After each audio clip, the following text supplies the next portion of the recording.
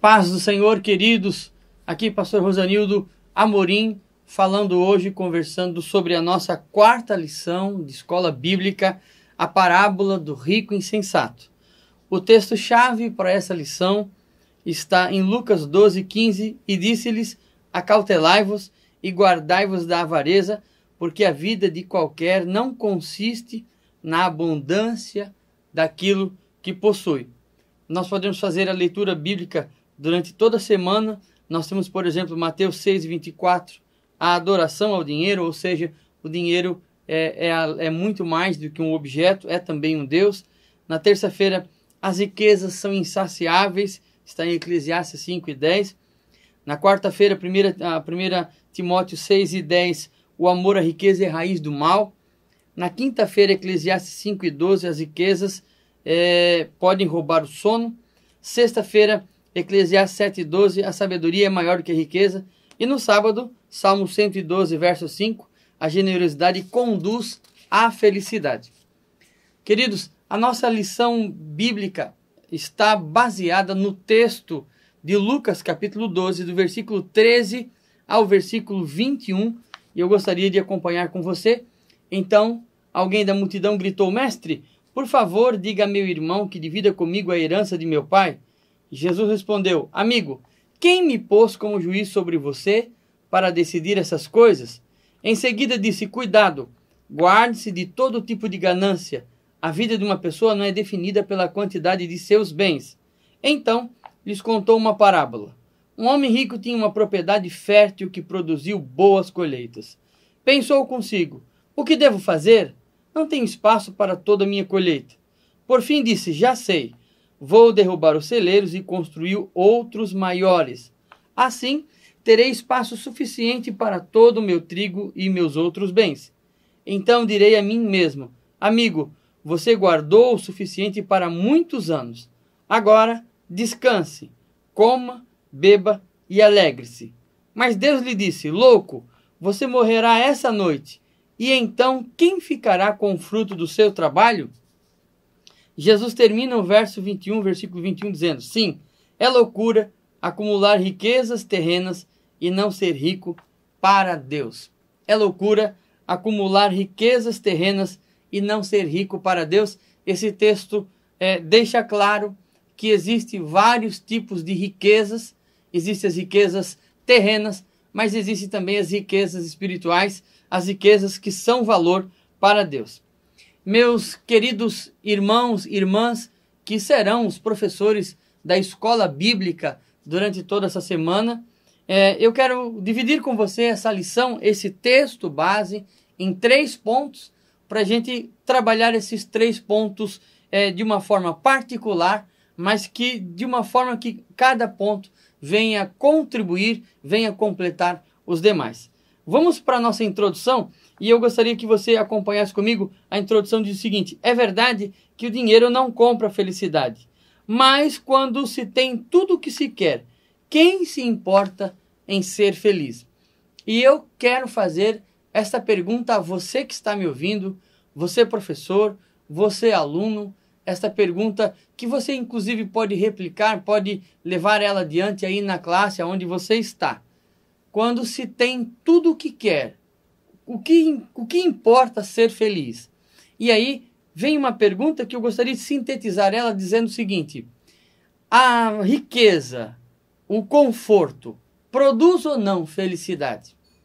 É uma questão muito séria, porque alguém já disse para mim: eu prefiro chorar no banco de uma BMW do que sorrir num ponto de ônibus. Mas eu pergunto, que diferença faz se você está chorando num banco de um carro velho ou de uma BMW importada, nova? Que diferença faz se você está vivendo um período de amargura, de tristeza e de sofrimento? Mas a grande pergunta é: conforto traz ou não traz felicidade?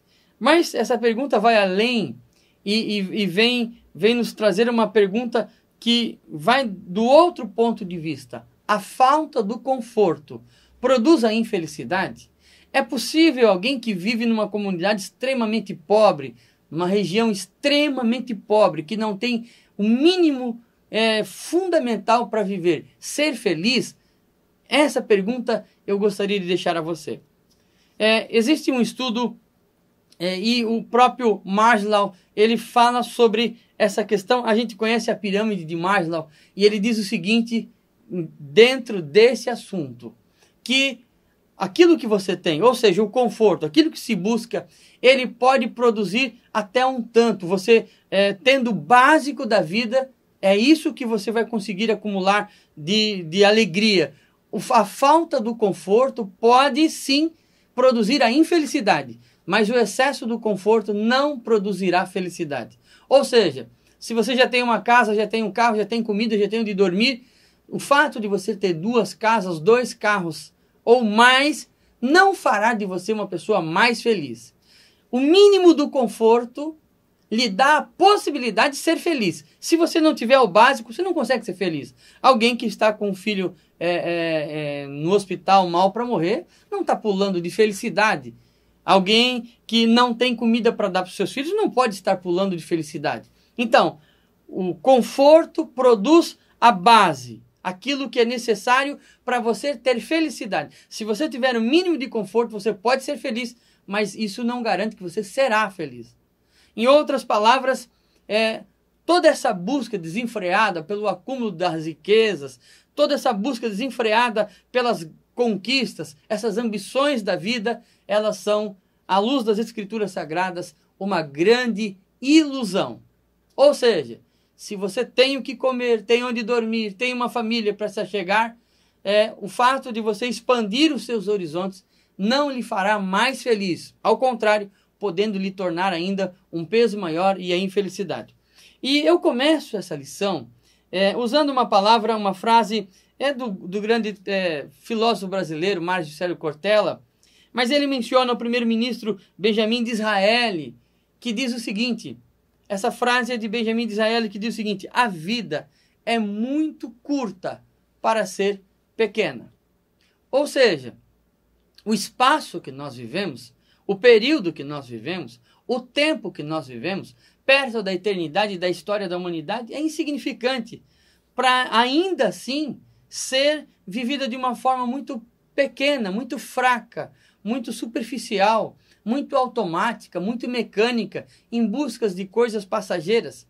Nós temos aí, se você observar, por exemplo, quem está com 40 anos, viveu aí 20 anos de um período de maior maturidade. Se viver até 60, terá mais 20 anos pela frente, mas depois de 60 a 80 anos, ele já começa a sentir, ainda que tenha a experiência da vida, já não terá a mesma força para poder realizar os seus desígnios, o seu projeto, e de 80 anos para frente, já é uma dificuldade muito maior. Ou seja, em 100 anos, toda expectativa humana começa a se frustrar ou já está frustrada e terminada. Por isso, essa frase marca o princípio dessa lição. A vida é muito pequena, a vida é muito curta para ser pequena. Para você viver de uma forma que quando morrer, não tenha sobrado nada daquilo que você fez. E eu ainda abro essa lição fazendo uma outra pergunta a você.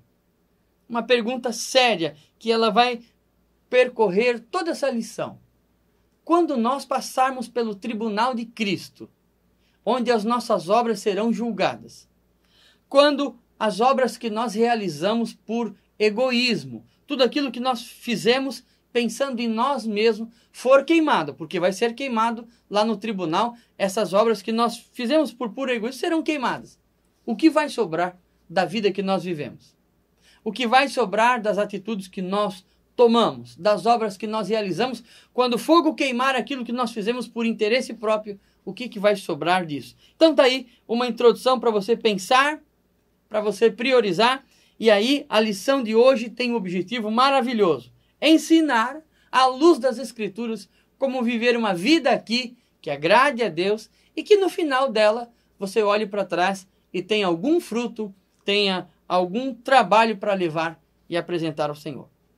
Para que isso aconteça, a gente precisa tomar alguns cuidados com os perigos que a vida nos oferece, e o primeiro deles está no texto que nós lemos, que é o perigo da ganância. O texto é muito claro. Jesus deixa claro essa situação da ganância. Acompanhe comigo, por exemplo.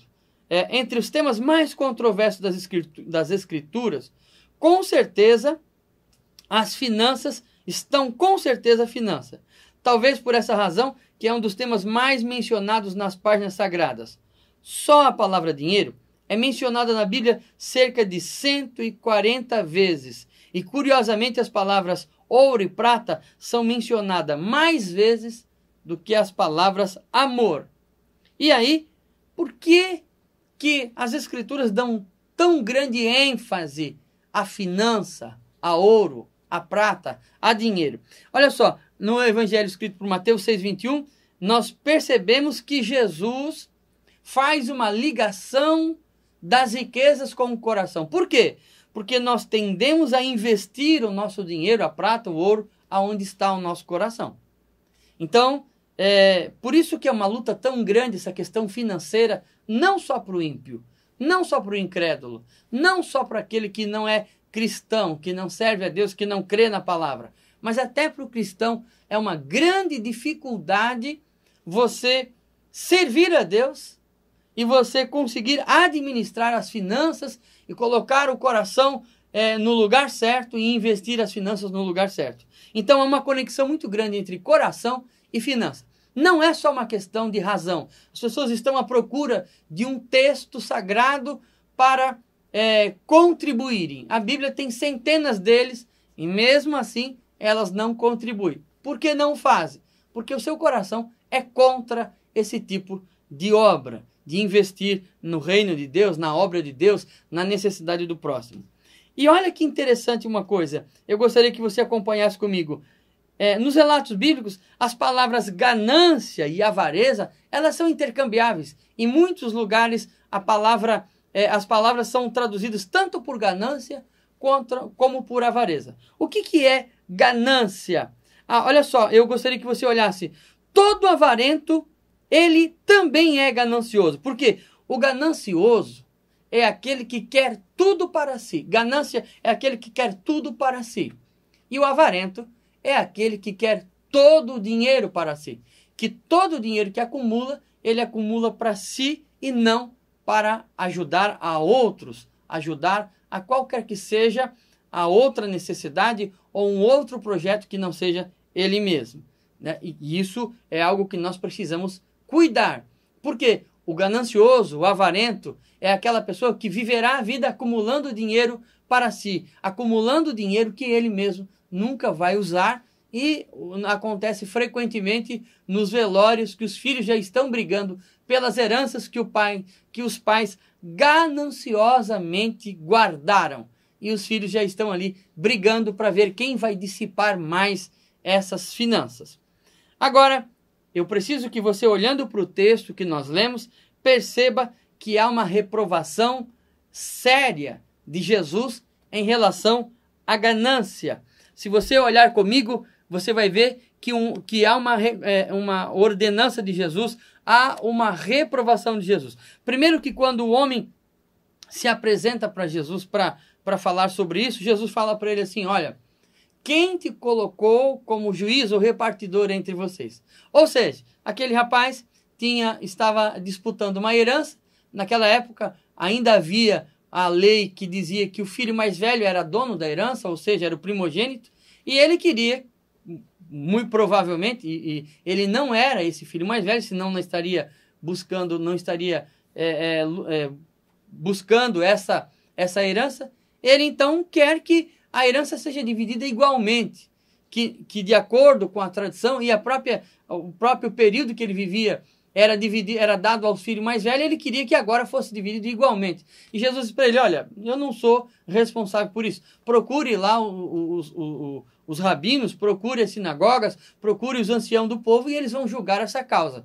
Mas uma coisa interessante, porque Jesus pega aquele assunto local, daquela cultura, daquele momento, e ele traz uma verdade com base naquele assunto que passa todo esse tempo e chega até nós. A questão da ganância. O que é que estava gerando briga entre aqueles irmãos? A ganância. A ganância do irmão mais velho que queria ficar com tudo. A ganância do irmão mais novo que queria estar no lugar do irmão. Estava com inveja da situação do irmão. Porque o invejoso é aquele que quer o que o outro tem, né? Ou no mínimo quer que o outro não tenha nada para ficar em igualdade com ele. Então, Jesus traz isso. E essa palavra de Jesus, que num primeiro momento veio para resolver aquele problema local, ela vem até nós e ela encontra hoje uma sociedade capitalista ou comunista ou socialista, mas que, independente do sistema político governamental, é sim, em todas as culturas e em todos os sistemas políticos, uma sociedade egoísta. Uma sociedade que quer tudo para si. Esse texto vem encontrar uma sociedade que quem pode mais chora menos. Que o rico, que aquele que joga comida no lixo, não se compadece e ainda ri e se aproveita do pobre. Isso é uma coisa muito séria. E nós podemos olhar que hoje a ganância tem causado males, sempre causou males terríveis na humanidade. Mas a ganância está em todas as áreas. E a palavra de Jesus é muito forte quando ele diz: acautelai-vos e guardai-vos da avareza, porque a vida de qualquer não consiste na abundância do que possui. Essa frase de Jesus traz um escopo teológico, uma verdade teológica que está firme, está de pé, mesmo depois de 2 anos de tanto desvaneios da mente humana. Que a vida, o caráter, a moral, o valor, a importância de alguém não é pelo que tem. Não é pelo que tem. Mas é isso que o texto quer dizer. O fato de alguém chegar na igreja de bicicleta ou de pé, ou alguém chegar de helicóptero, não muda o valor e a importância da pessoa. Para Deus, todos são, sem acepção de pessoa, todos são igualmente importantes. E a importância de alguém não é por aquilo que a pessoa tem.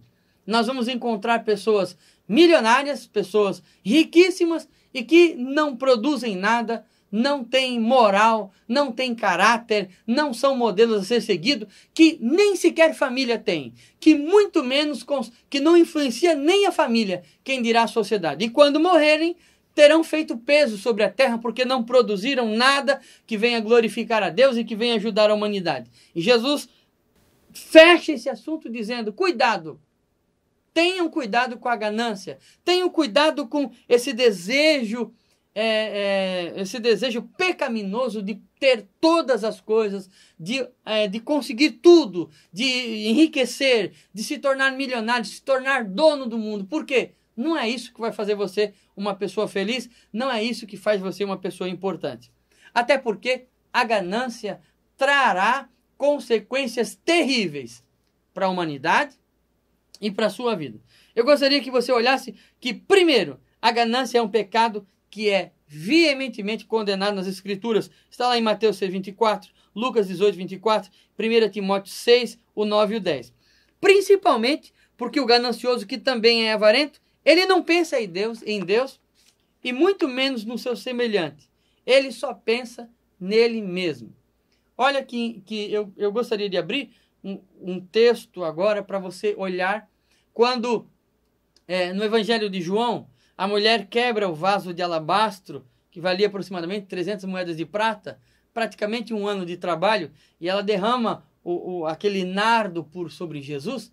Judas, que é avarento, e o próprio João diz que era inclusive ladrão, ele reclama, dizendo: para que se faz uma coisa dessa? Esse dinheiro poderia, esse perfume poderia ser vendido e entregue aos pobres. Jesus disse: os pobres sempre tereis convosco, mas a mim nem sempre tereis. O único pobre que Judas estava preocupado era ele mesmo. E o avarento, o ganancioso, é um pobre eterno. Todo ganancioso, todo avarento, ele é pobre. Porque se ele não é pobre aos olhos dos homens, mas ele é pobre aos olhos de Deus, e ele partirá para a eternidade pobre, e quando encontrar-se do outro lado da vida, será tão pobre quanto era aqui. Será eternamente pobre. E Judas era esse pobre, tão pobre que roubava dos pobres. E é isso que nós precisamos olhar. Olha só, em 2018, uma pesquisa da Oxfam fez um levantamento e descobriu que apenas 26 pessoas têm uma fortuna, as 26 pessoas juntas têm uma fortuna avaliada em 3,7 bilhões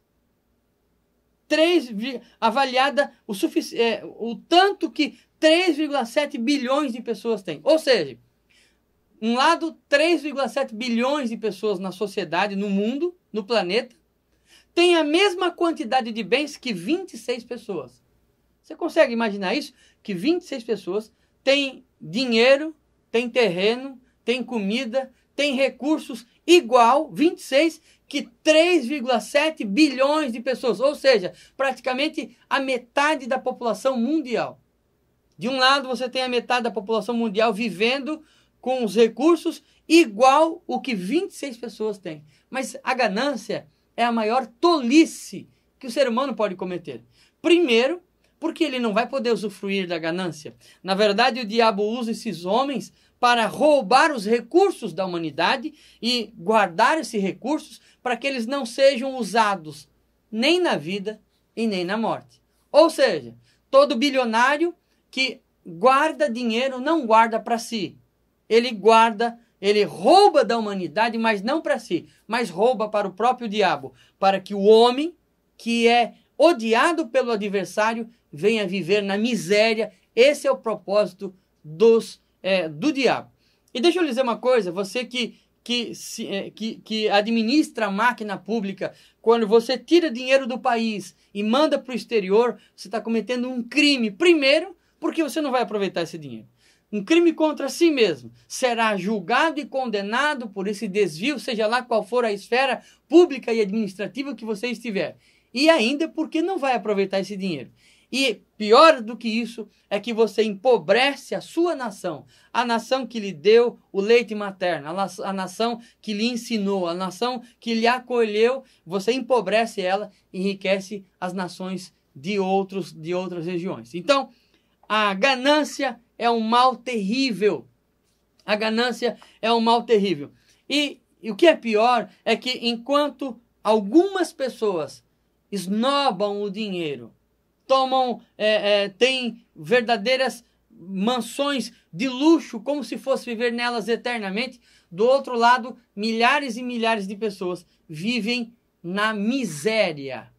A miséria não é ser pobre. Existem algumas palavras para a pobreza. Existe a palavra que é o pobre. O pobre é aquele que tem o que comer, o que vestir, aonde dormir. Essa é a pessoa pobre. Ele tem o suficiente para viver. Mas o miserável não tem nem o básico para viver. E existem centenas de milhares de pessoas miseráveis, que vivem escravizadas pelo diabo por conta de que algumas pessoas, com o coração endurecido pelo diabo, têm lhes roubado os bens, têm lhes saqueado os recursos naturais, pelo poder, pelas artimanhas, pela inteligência, pela perversidade. Isso tudo vem trazer mal à humanidade e soa como algo terrível diante de Deus.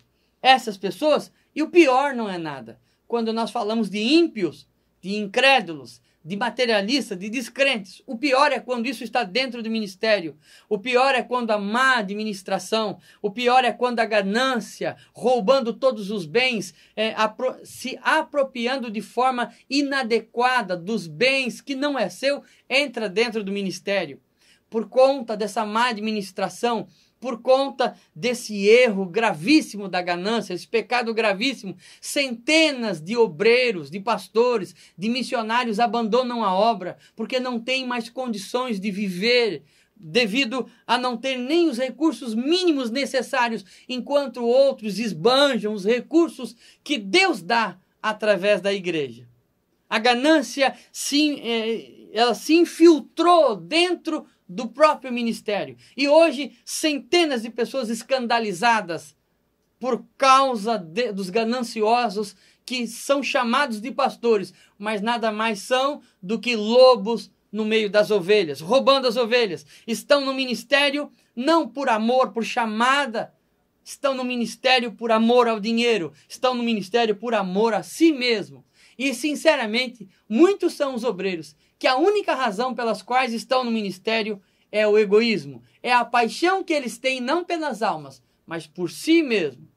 Você, meu irmão, você, professora que está me acompanhando agora, eu preciso dizer a você que o meu e o seu coração estejam livres da maldição de Midas. Você lembra aquela mitologia grega do Midas, que aonde ele tocava, transformava em ouro?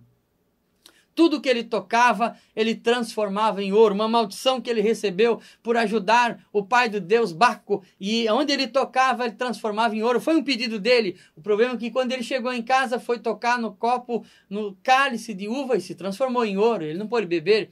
Quando ele foi pegar o prato de alimentos, se transformou em ouro, ele não pôde comer. Começou a chorar e a sua filha veio lhe abraçar e se transformou numa estátua de ouro. E assim ele perdeu a sua família por conta dessa maldição. E eu preciso dizer a você que centenas de pessoas estão amaldiçoados pela maldição de Midas. E aonde eles põem o olho, eles olham não com amor, mas sim com ganância, querendo transformar a igreja em ouro, querendo transformar os recursos em ouro, transformando a própria família, não consegue ver o amor, ver a alma, ver o brilho, ver o sorriso de uma família, ver a alegria de Deus, não consegue ver nada disso o céu, só consegue enxergar o ouro diante de si. Que Deus nos livre dessa maldição terrível de Midas e que nós venhamos ter os nossos olhos como os olhos de Jesus, que quando olhava para a multidão, diferente dos líderes religiosos que os enxergava como uma multidão, uma plebe maldita, um povinho maldito, quando ele olhava, ele via eles como ovelhas sem pastor. Se movia de íntima compaixão, que o meu e o seu coração seja movido pelo grande amor de Deus. Que o que mova a minha e a sua vida não seja um interesse próprio, mas seja o grande amor de Deus na nossa vida, querendo resgatar as almas e querendo glorificar e exaltar o nome de Jesus. As consequências da avareza são gigantes, mas com certeza, quando alguém deixa o amor de Deus inundar o seu coração, as consequências são ainda maiores, porque elas levam, os resultados são ainda maiores, porque serão almas que serão salvas pelo poder de Cristo e serão resgatadas para o reino de Deus. O segundo ponto, não menos importante, é o perigo da loucura. E esse rico, esse fazendeiro rico, ele fez inúmeros planos, fez vários planos. E você consegue ver comigo, olha só, ele, que farei? Versículo 17, pensava consigo mesmo, que farei? Pois não tenho onde recolher os meus frutos. Já sei o que eu vou fazer. Ele fez um plano. Destruirei os meus celeiros, vou reconstruir maior e depois vou recolher todo o meu produto e os meus bens e deu. Estou feliz da vida, vou viver todo o resto da minha vida com os bens que eu vou poder administrar. Ele fez muitos planos. E não há nada em errado fazer planos. O ponto 1 do nosso segundo tópico fala sobre os planos da humanidade. A humanidade faz muitos planos. E a gente pode fazer planos, deve.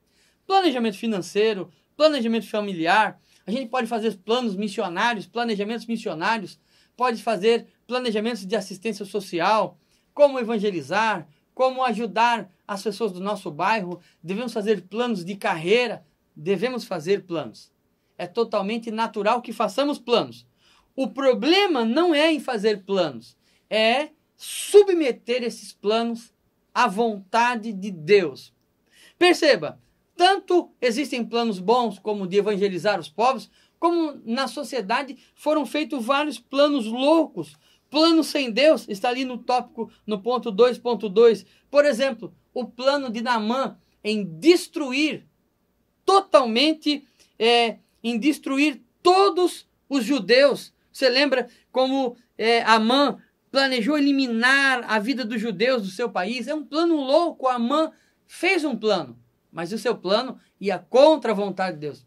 Você lembra dos planos de Faraó e de seu exército, que perseguiram os hebreus no deserto e morreram afogados no Mar Vermelho? Você percebe que esses planos iam contra a vontade de Deus? Então, fazer planos não é mal em si.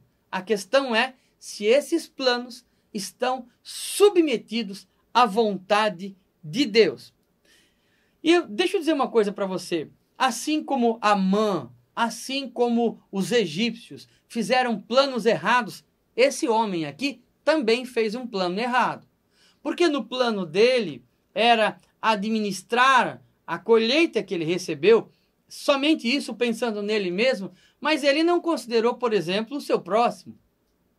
Não havia na sua agenda um planejamento de distribuir recursos aos necessitados, e muito menos havia no seu planejamento uma ideia, um pensamento de agradar a Deus, de servir a Deus com aquilo que ele recebeu, um plano de gratidão. Não havia nada disso. O plano dele era única e exclusivamente cuidar de si mesmo e enriquecer cada vez mais.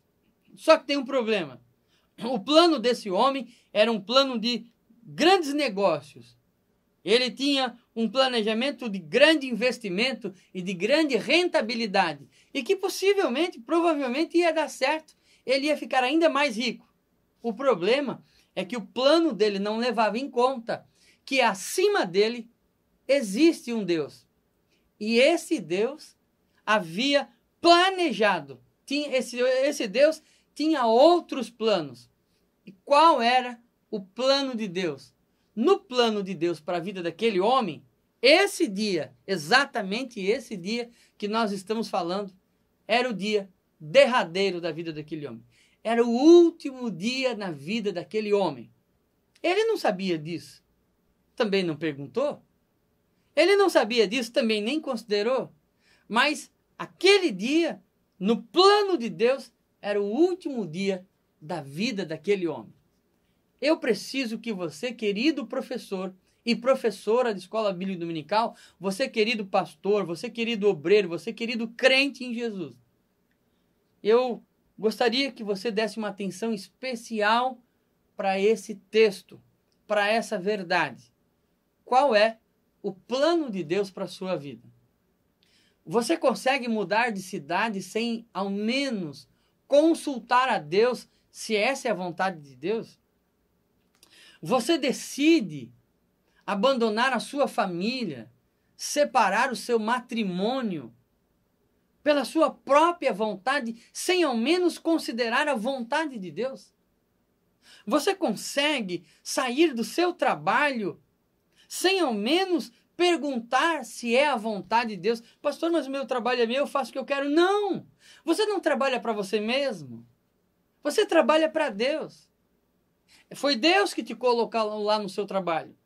Foi Deus que te colocou nessa empresa. Foi Deus que te colocou nesse lugar. Foi Deus que te colocou nessa cidade. Foi Deus que te colocou aí no bairro, na igreja que você está, na comunidade que você está. E agora você precisa, antes de fazer os seus planos, você precisa chamar Deus para uma reunião e dizer: Deus, eu posso fazer isso?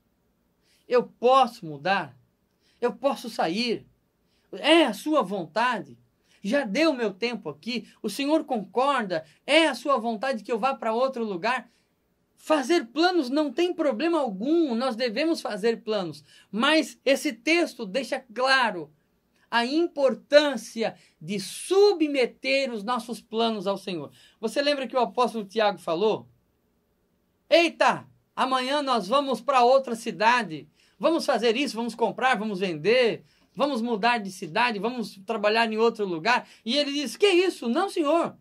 Nós não vamos fazer nada disso. Nós vamos perguntar se o Senhor quiser. Se for a vontade de Deus, então nós faremos isso.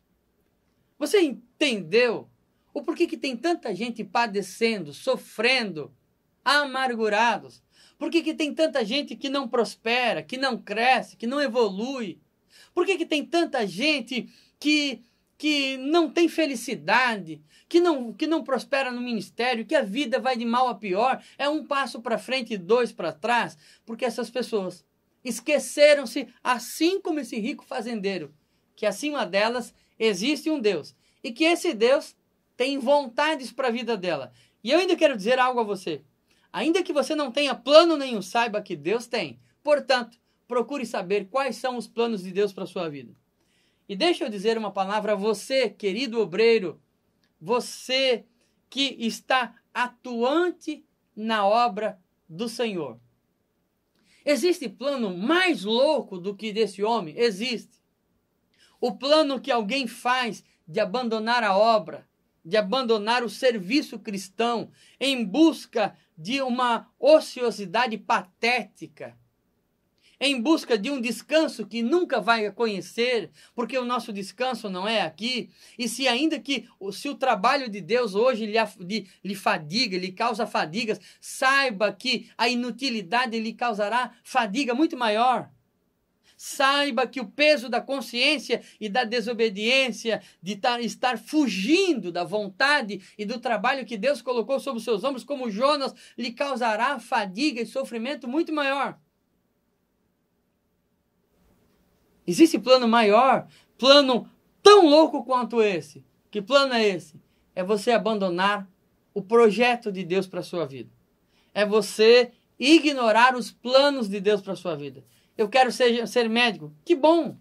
Eu quero ser isso ou aquilo. Mas pergunte a Deus, qual o plano que o Senhor tem para a minha vida, para a minha família? Deus tem plano.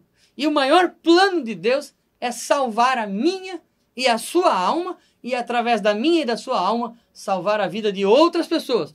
Esse é o plano master, é o plano mestre. Os outros planos devem se submeter a essa vontade de Deus. Se você for médico, seja um médico que leva o evangelho aos doentes, que leva a cura espiritual.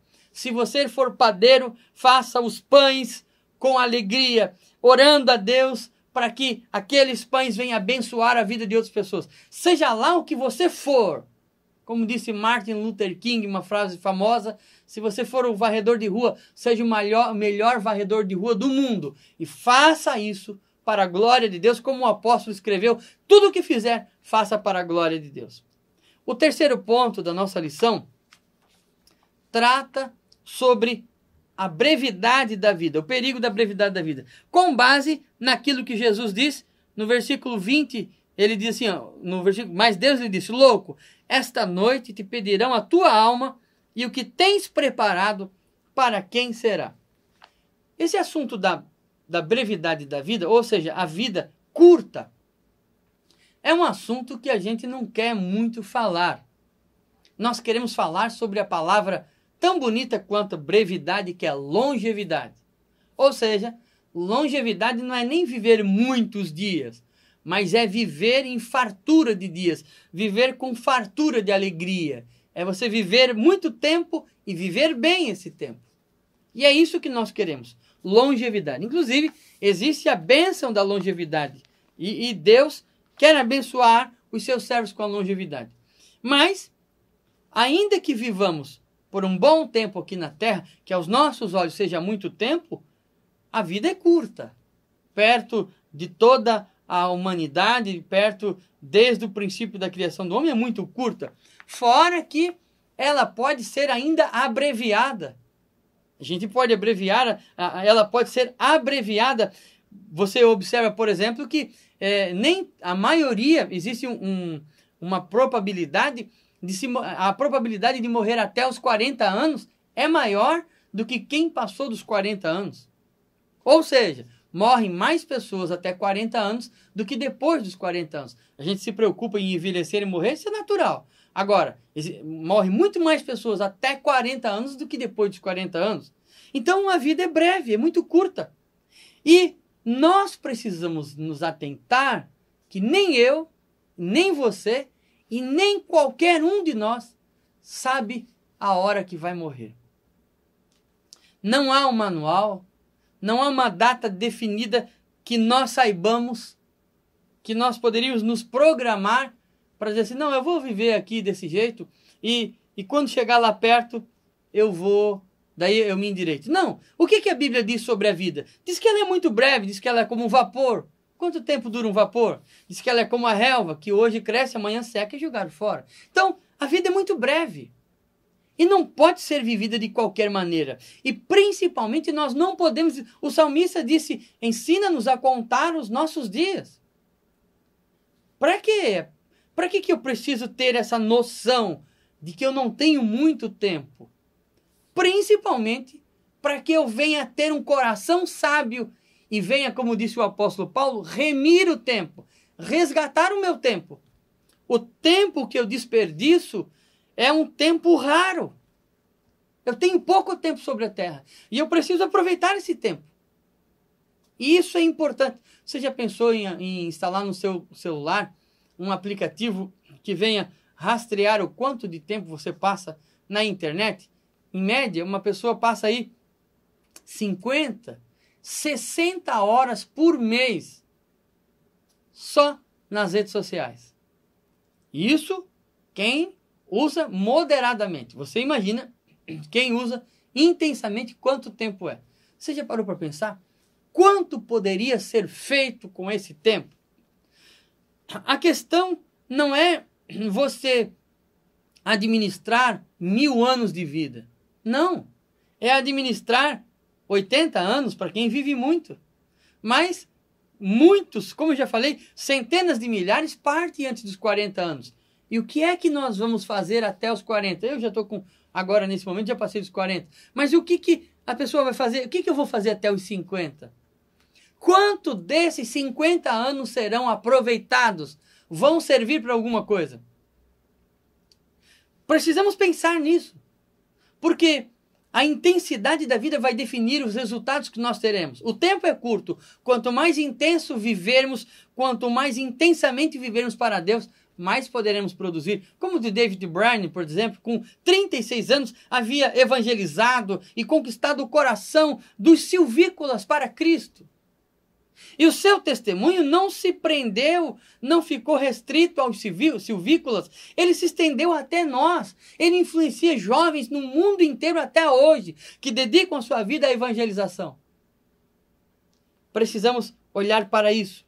A parábola contada por Jesus, ela é como um sino que retine. E qual é o objetivo do sino? Chamar a atenção, nos despertar. Despertar para o quê? Despertar para uma verdade absoluta. Não sabemos a que hora partiremos. Eu não sei se vai ser daqui a 10 minutos. Se você procurar na internet, você vai encontrar um vídeo das pessoas morrendo diante das câmeras. É incrível, é assustador você ver quantos jornalistas ou jornalista ou entrevistado morreram diante das câmeras. Ou seja, eles não havia nenhum projeto para que eles fossem fazer aquela entrevista e partissem para a eternidade naquele momento. Mas a morte não perguntou se eles estavam no meio de uma entrevista, ou como eu estou aqui diante das câmeras. Ela não perguntou, ela veio e não respeitou a agenda do indivíduo. A gente brinca, né? Olhou lá, estava na hora, estava na fila, deu a hora, foi lá e o camarada não pôde terminar a entrevista. Ou o entrevistador não conseguiu terminar a entrevista. Por quê? Porque ninguém sabe a hora, nem eu e você. Daqui a 10 minutos, daqui a 1 hora eu não sei. Daqui a 1 dia, daqui a 10 dias, daqui a 1 ano eu não sei. E você também não sabe. Por isso precisamos viver como se fosse o nosso último minuto. O nosso último dia de vida. Portanto, não deixe para amanhã o que precisa ser feito hoje. Precisamos aproveitar o tempo que temos. Não deixe para amanhã para dizer que ama. Não deixe para amanhã para falar do amor de Deus. Não deixe para amanhã para evangelizar, você não sabe se vai ter. Não deixe para amanhã para visitar. Não deixe para amanhã para ligar para essa pessoa, para esse parente, para o seu pai, para sua mãe, para o seu irmão. Não deixe para amanhã, porque talvez amanhã ele já não possa receber a ligação. E talvez, quando você pense em pegar o telefone para ligar, você receba uma ligação dizendo que essa pessoa que você ia ligar partiu para a eternidade. A vida é muito curta. A vida é muito curta para ser pequena. Viva hoje intensamente. Abrace os seus filhos, a sua família. Ame. Ligue para os seus amigos, mande uma mensagem no grupo, diga: eu amo vocês, Cristo Jesus ama vocês.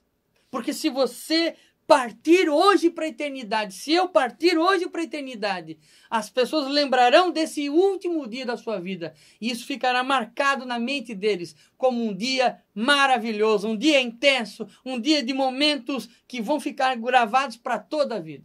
Tem uma pregação que Deus me deu há um tempo atrás, E eu preguei na congregação e ela gerou um impacto muito grande na minha vida e na vida de outras pessoas, que diz o seguinte: o que faremos nós se não houver amanhã? Se não houver amanhã, se hoje for o último dia, se essa for a última aula, se essa for a sua última escola bíblica, se você soubesse que essa aula que você vai dar agora será a sua última aula, que ela ficaria para a história da sua vida, que tipo de aula seria? Eu perguntei para Deus: Deus, eu prego e não acontece nada. Eu falo e ninguém ouve, ninguém atende. As pessoas continuam do mesmo jeito, a mensagem entra no ouvido e sai no outro. Eu disse: Deus, eu não quero mais pregar. E o Espírito de Deus falou para mim isto. E se fosse a sua última pregação, ela seria assim como você tem pregado? Então eu revi os meus conceitos e coloquei dentro de mim uma regra dizendo para mim: sempre que eu vou preparar uma mensagem, sempre que eu vou pregá-la, eu prego considerando que depois daquela pregação eu vou partir para a eternidade. Que eu não chegarei a pregar uma outra mensagem. E aí eu vou pensando o seguinte: essa será a minha última pregação.